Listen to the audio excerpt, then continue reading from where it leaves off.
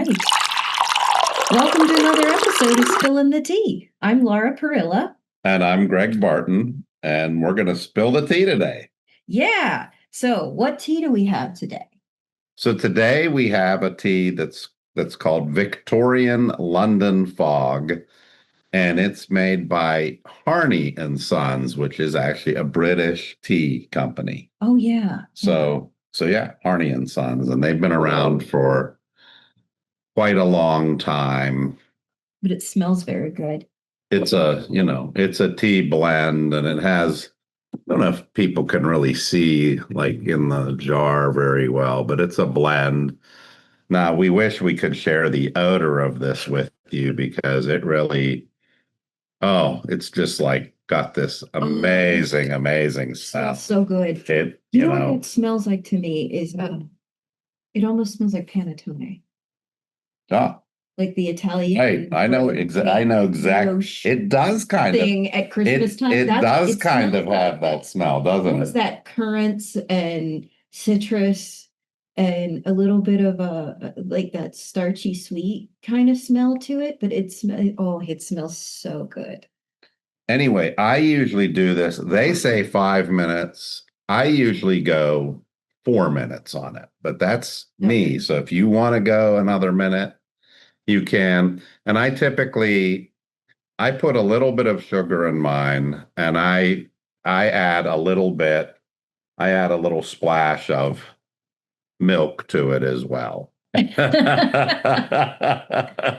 All right. All right. So we're gonna take our tea the same way with little sugar, a little splash of milk in there. And then is it time to take the bag out? It is. It's time to get rid of the bags. We're gonna let it all drain, but we're not gonna squeeze it because you don't squeeze black tea. Don't squeeze the bag. Yeah, don't squeeze black tea or you get all the bitter stuff. It'll just come right out into your tea at the last minute. Yeah. You never want to squeeze that black tea. And I'm gonna let that cool for a little bit because that's still really, really, at least for me. I'm a baby. I'm such a baby. So what kind of news do we have while we are waiting for the tea to cool enough it doesn't scald me to death? Well, I mean, the vector training is coming due pretty soon. I mean, yes. Today is the 24th, and it's due when? It's due on the 26th. Wow. So that's Friday. So you have the rest of today, tomorrow, and Friday to get it done, but you need to get it done by Friday if you haven't finished already. So that would be your FERPRA training, your active shooter training, the securities training if you were one of the employees who needs that, and Title IX was the other. Title IX, yeah. And if you have any questions about that, you reach out to HR because they're the ones who are in charge of that training. Audit rosters also. For anybody that has short classes that are running 12-week or the second 8 weeks, those are coming up too. So the late start classes typically are the 12-week, right? The initial late start. And then so their audit rosters open today, September 24th. Oh, wow. Already. Yes. That seems so quick. It's a short class. Yeah. So then they only have until the 27th to get those done. It opens on the 24th, closes on the 27th. Now they're doing the same thing with those as we did with ours this semester. Is that correct? Yes, where they can set the date within those 3 days, what their participation date is. Yes. Tomorrow, Thursday, September 25th, if any of you are going to be on campus over in Health and Culinary at 2 p.m., we've got a Dwayne S. Molnar speaker series. It's going to be Dr. Matt Reed, and he's talking about Muppets and managers. I don't know what that topic means, but I guess if you go, you'll find out. And we got a bunch of news coming up in early October as well. In fact, October 1st is a busy day. We've got a vaccine clinic from Hayden's Pharmacy is going to be on October 1st. So you can get your COVID shot, your flu shot. RSV, if you want it, and pneumonia are the 4 that they're offering. Okay, so they're going to have all of those 4 They're on gonna have hand, is all that of right? them. Yes. Okay, we have our open house, yeah. Yeah, so come for the vaccine clinic, stay for the open house. October 1st is also a deadline. It's the deadline to get the fall 26-27 schedule done. That schedule is due October 1st. Your individual division may or may not have an earlier deadline set for you particular faculty members. Speak with your division about that. And there's also there's a behind the scenes award, which is an award from the HR governance committee that you can nominate non-teaching staff for the behind the scenes work that they do to make education happen here more smoothly or of better quality. Well, there are a lot of people here who work behind the scenes and do, a lot for us. I mean,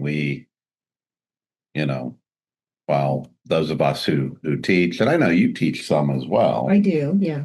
But you also do some of the sort of behind the scenes stuff. Which is really, I think, quite an honor because you are nominated by your coworkers for this award. Right. And what's really lovely is in the past when I've been nominated, HR has sent me a little card with the text of what the folks who did the nominating had to say. And I just wanted to go hug whoever it was, but of course it's anonymous. Right. But, if you have somebody on your team that just does something absolutely wonderful to make the lives of the students or the faculty easier, nominate them, reach out, submit the form. The deadline for that is October 3rd. Idea of, nominating somebody, whether they win or not, at least it's showing the people behind the scenes that they are appreciated. And so I think that's a great thing because. And honestly, the person who wins gets a party and some cupcakes, but everybody gets the joy of finding out what kind things were said about them. Yeah, that's great. Really, everyone who gets nominated wins or feels that they've won in some way. And it's really heartwarming. And I was blessed to be part of it in the past. And I can't speak highly enough of the experience. We work with a great group of people here. We do. And I feel like, recognizing everybody's contribution is a great thing. And I think this kind of, this is one of those things. And it, sometimes I feel like since COVID, our sense of community isn't quite the same here in some ways. Like people aren't here in person as much because a lot of things kind of shifted to online and a lot of students still want it that way. And so we have a lot of online classes. And so people aren't here as much in person almost, I think. And I feel like, this is a good thing to help build that sense of community back in some ways. Just this kind of thing is great to say, hey, we appreciate all of you people. Yeah, and don't forget, over there. Many of us in our divisions have work-study students or part-time employees, people who prepare things for the studio arts classes, people who prepare things for the art gallery that's up here, people who prepare things for the food labs, things that people prepare over at the ATC for those classrooms. The lab techs in our division, and the allied health programs, they have their staff members also who work tirelessly to make sure that those classes happen and that the education there is done safely and to the benefit of everyone. Right. And it's almost impossible to think of everyone that you need to recognize, which is why this kind of award exists. So that we can collectively nominate and celebrate everybody's hard work. in making Westmoreland a better place every day. I couldn't agree more with all of that. I mean, I feel like that's you know, that this idea of making sure people know they're appreciated and are valuable parts of our community here. Yeah. I think that's important. This tea is finally cooled enough that I've had about half of it now at this point. So what do you think of the tea? This tea is phenomenal. It just the smell is still wafting here. Like it really is. It's that citrus bergamot flavor and scent is really wafting off of this, and it's just lovely. Yeah, I really I mean, this is one of my favorite teas, and it's like I say, the Harney and Sons teas. I mean, they've been making them for a really long time. They're a British tea company, and but this is lovely, and it's the perfect thing for a fall day where it's rainy outside, and yeah, it's just the right amount of cozy. It is, isn't it? It's just the right amount of cozy. It would be great any time of year. It's probably delicious iced as well, but it's not overly tannic. It's not overly acidic like some black teas can be. It's very smooth. And that's part of the reason why I steep this for 4 minutes, because I feel like when you start going long, and if you go too long on this, you really start getting some of that too many of the tannins, and it really starts affecting the flavor. Where if you want the really smooth flavor, and one of the other things about teas is you can buy teas from different companies, and they might say, oh, steep this at this temperature for this many minutes, but you kind of got to try it for yourself. You do, because and often I find this in open containers too, which means that our water was cooling as we were steeping it, which meant that it wasn't truly boiling water the whole time. Right. And when you cold brew or cooler temperature brew things, you get different flavors coming out. You do.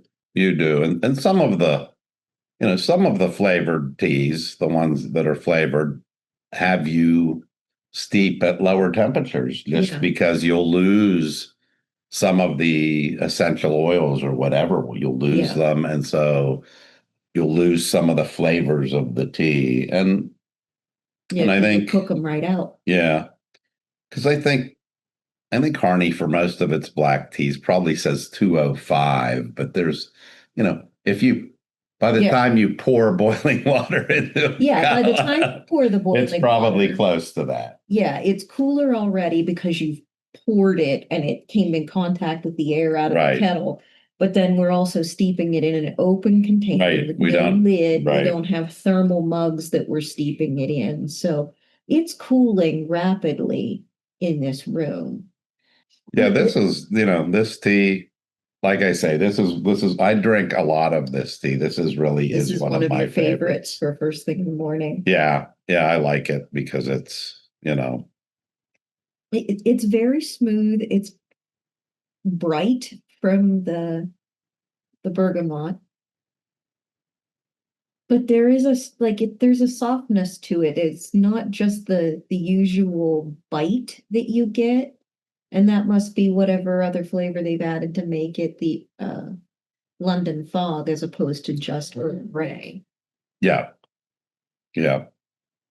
So, and London Fogs are actually, if you go into a cafe of some kind and you get a London Fog, I mean, they typically froth it, they steam the milk and stuff like that too. And it's usually a latte, essentially. And this may have some vanilla flavor to it. I believe it might.